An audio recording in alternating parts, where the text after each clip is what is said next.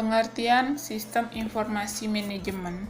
Menurut Endi Sutanta, tahun 2003 halaman 19, Sistem Informasi Manajemen dapat didefinisikan sebagai sekumpulan subsistem yang saling berhubungan, berkumpul bersama-sama dan membentuk satu kesatuan, saling berinteraksi dan bekerjasama antara bagian yang satu dengan yang lainnya, dengan cara-cara tertentu untuk melakukan fungsi pengolahan data, menerima masukan atau input berupa data-data, kemudian mengolahnya atau processing, dan menghasilkan keluaran atau output berupa informasi sebagai dasar bagi pengambilan keputusan yang berguna dan mempunyai nilai nyata yang dapat dirasakan akibatnya baik pada saat itu juga maupun di masa mendatang, mendukung kegiatan operasional, manajerial, dan strategi organisasi dengan memanfaatkan berbagai sumber daya yang tersedia bagi fungsi tersebut guna mencapai tujuan.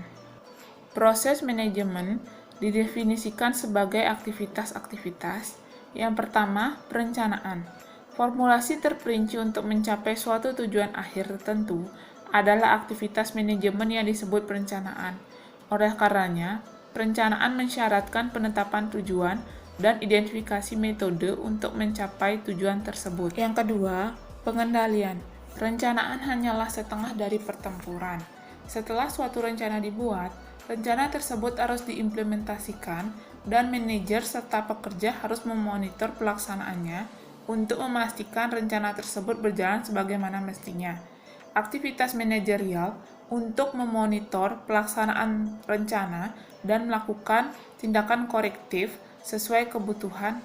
Yang ketiga, pengambilan keputusan. Proses pemilihan di antara berbagai alternatif disebut dengan proses pengambilan keputusan. Fungsi manajerial ini merupakan jalinan antara perencanaan dan pengendalian. Manajer harus memilih di antara beberapa tujuan dan metode untuk melaksanakan tujuan yang dipilih, hanya satu dari beberapa rencana yang dipilih. Komentar serupa dapat dibuat berkenaan dengan fungsi pengendalian. Fungsi sistem informasi manajemen adalah yaitu yang pertama, memudahkan bagian manajemen melakukan perencanaan, pengawasan, serta pengarahan kerja bagi semua departemen yang dikoordinirnya. Yang kedua, meningkatkan efektivitas dan efisiensi pengolahan data karena data yang ada di sistem informasi suatu manajemen merupakan data telah tersaji secara akurat dan real-time atau tepat waktu. Yang ketiga, meminimalisir biaya dan meningkatkan produktivitas suatu perusahaan atau organisasi. Yang keempat, sarana peningkatan SDM karena dalam pelaksanaan diperlukan unit kerja yang sistematis serta terkoordinir berbasis teknologi. Pelayanan publik. Secara etimologi, Kamus Besar Bahasa Indonesia mengatakan pelayanan ialah usaha melayani orang lain. Menurut Hayat, tahun 2017, halaman 22, pelayanan adalah pemberian hak dasar kepada warga negara atau masyarakat sesuai dengan kebutuhan dan kepentingannya yang diatur oleh perundang-undangan. Pelayanan mempunyai makna yang melayani orang yang dilayani. Sedangkan menurut Menteri Pendayagunaan Aparatur Negara tahun 1993 mengemukakan bahwa pelayanan adalah sebagai bentuk kegiatan pelayanan dalam bentuk barang atau jasa dalam rangka upaya pemenuhan kebutuhan masyarakat. Sementara itu, istilah publik berasal dari bahasa Inggris yang berarti umum, masyarakat, negara. Menurut Inu dan kawan-kawan dalam Poltak Sinambela tahun 2010 halaman 5, publik adalah sejumlah manusia yang memiliki kebersamaan berpikir, perasaan, harapan, sikap dan tindakan yang benar dan baik berdasarkan nilai-nilai norma yang merasa memiliki.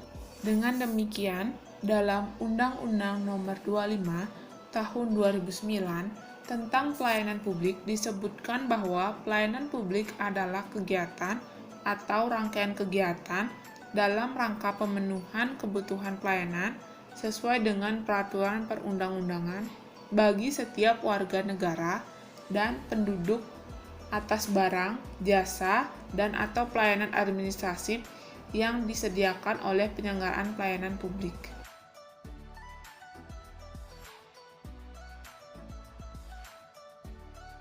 Prinsip-prinsip pelayanan publik. Di dalam keputusan Kepmenpan nomor 63 tahun 2003 disebutkan bahwa penyelenggaraan pelayanan harus memenuhi beberapa prinsip sebagai berikut. Yang pertama, kesederhanaan. Yang kedua, kejelasan. Kejelasan ini mencakup dalam hal yang pertama, kepastian waktu, yang kedua, akurasi, yang ketiga, keamanan, yang keempat, tanggung jawab, yang kelima, kelengkapan sarana dan prasarana, yang keenam, kemudahan akses, yang ketujuh, kedisiplinan, kesopanan, dan keramahan, yang kedelapan, kenyamanan.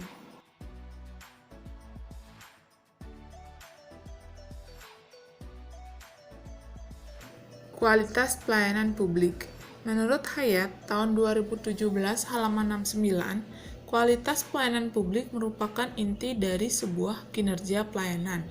Kinerja pelayanan menjadi poin penting dalam penyelenggaraan pelayanan publik. Kualitas pelayanan publik yang menjadi indikator keberhasilan pelayanan publik yang diberikan. Kualitas pelayanan publik yang baik menjadi barometer bahwa pelayanan yang diberikan sesuai dengan ketentuan perundang-undangan yang berlaku. Hal ini juga dapat mengindikasikan kualitas sumber daya manusia yang baik, profesional, dan bertanggung jawab, serta kompeten.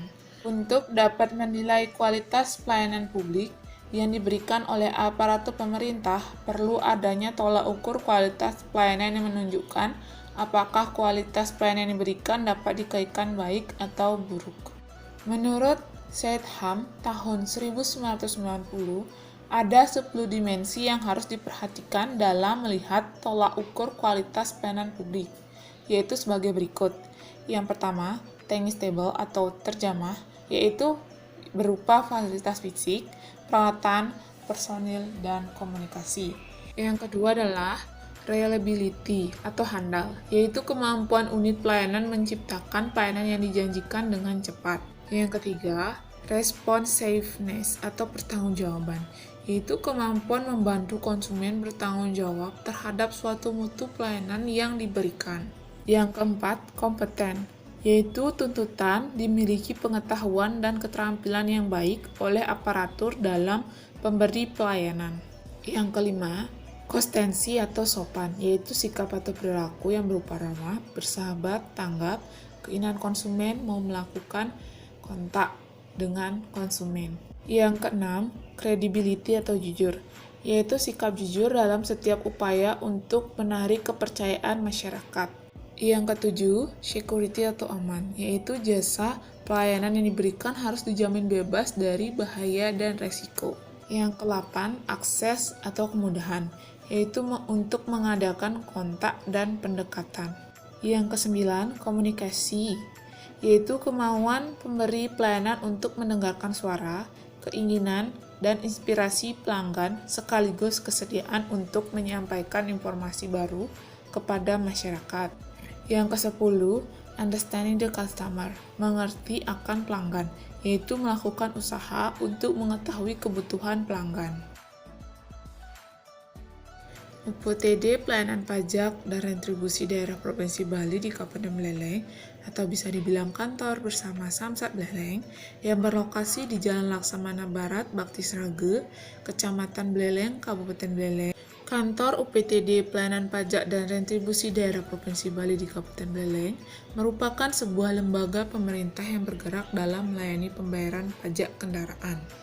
UPTD Pelayanan Pajak dan Retribusi Daerah Provinsi Bali di Kabupaten Buleleng merupakan sebuah instansi di bawah naungan Bapenda Provinsi Bali. UPTD Pelayanan Pajak dan Retribusi Daerah di Kabupaten Buleleng bekerja sama terpadu dengan Polri dan Jasa Raharja dalam pelayanan untuk menerbitkan STNK dan tanda nomor kendaraan bermotor yang dikaitkan dengan pemasukan uang kas ke negara, baik melalui pajak kendaraan bermotor PKB, biaya balik nama kendaraan bermotor, dan sumbangan wajib dana kecelakaan lalu lintas jalan. dan dilaksanakan pada satu kantor yang dinamakan Kantor Bersama Samsat Buleleng. Dalam hal ini, Polri memiliki fungsi penerbitan STNK, Bapenda Provinsi Bali menetapkan besarnya pajak kendaraan bermotor atau PKB dan biaya balik nama kendaraan bermotor atau BBNKB, sedangkan Jasara Harja mengelola sumbangan wajib pajak kendaraan lalu lintas jalan. Visi, misi, dan moto dari Kantor Bersama Samsat Buleleng. Visinya yaitu menjadi yang terbaik yang mampu mewujudkan pelayanan prima. Misinya yaitu yang pertama, meningkatkan mutu pelayanan masyarakat. Yang kedua, meningkatkan kelancaran sistem dan mekanisme kerja pelayanan Samsat. Yang ketiga, meningkatkan kinerja dan kompetensi sumber daya manusia.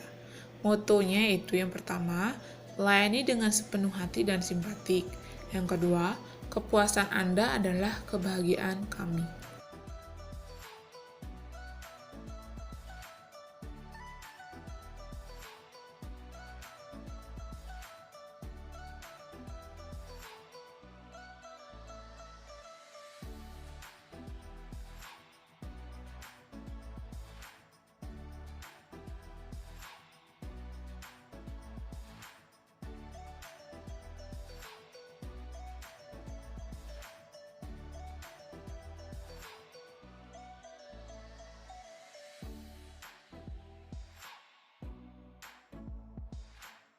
Kantor Bersama Samsat Buleleng memberikan pelayanan ke beberapa kecamatan dalam pembayaran pajak kendaraan. Pelayanan itu dalam bentuk adanya Samsat Membantu di Seririt, gerai yang ada di Kubu Tambahan, dan link yang ada di Tijekule. Dan selain itu, Kantor Bersama Samsat Buleleng juga mengadakan samling yaitu Samsat Keliling, seperti Samsat Kerti yang khususnya melayani tunggakan pajak kendaraan ke desa-desa, dan Sipoleng Ayah yang melayani Samsat Keliling ke desa-desa sesuai dengan jadwal samling, melayani masyarakat yang akan membayar pajak kendaraan. Dan juga saat ini, Kantor Bersama Samsat Buleleng mempunyai layanan terbaru yaitu drive-thru atau Gele Sambul.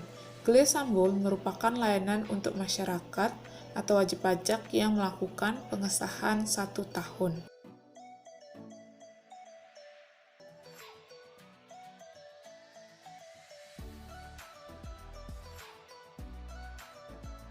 Kantor Bersama Samsat Buleleng diketahui bahwa dalam pelaksanaan sistem informasi manajemen, yaitu berupa database yang dilakukan dari awal dengan cara proses secara komputerisasi, selanjutnya dilakukan sinkronisasi dengan server pemerintahan pusat, dan selanjutnya Kantor Bersama Samsat Buleleng menerbitkan STNK.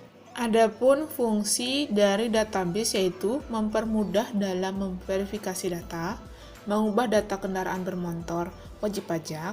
Adapun database cadangan sendiri telah disiapkan dan ditempatkan di bidang Bapenda Provinsi Bali untuk mengantisipasi apabila data yang telah dihimpun mengalami masalah dan data yang dihimpun setiap bulannya yang berbasis sistem informasi komputer sangat membantu dan mempermudah bukan hanya dari pihak kantor maupun pihak masyarakat sebagai yang dilayani.